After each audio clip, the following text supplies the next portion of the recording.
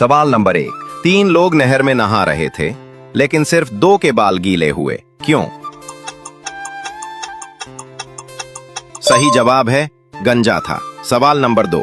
वो कौन सी चीज है जो जंगल में पैदा होती है और पानी में रहती है? सही जवाब है कश्ती। सवाल नंबर 3। वो कौन सा फल है जिसकी एक टांग टूटी हुई होती है?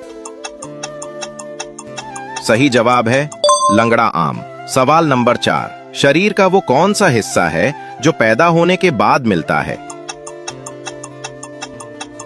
सही जवाब है दांत। सवाल नंबर 5। वो कौन सा परिंदा है जो सबसे बड़ा अंडा देता है? सही जवाब है शुतुरमुर्ग। सवाल नंबर 6।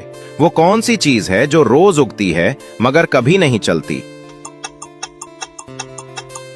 सही जवाब है सूरज।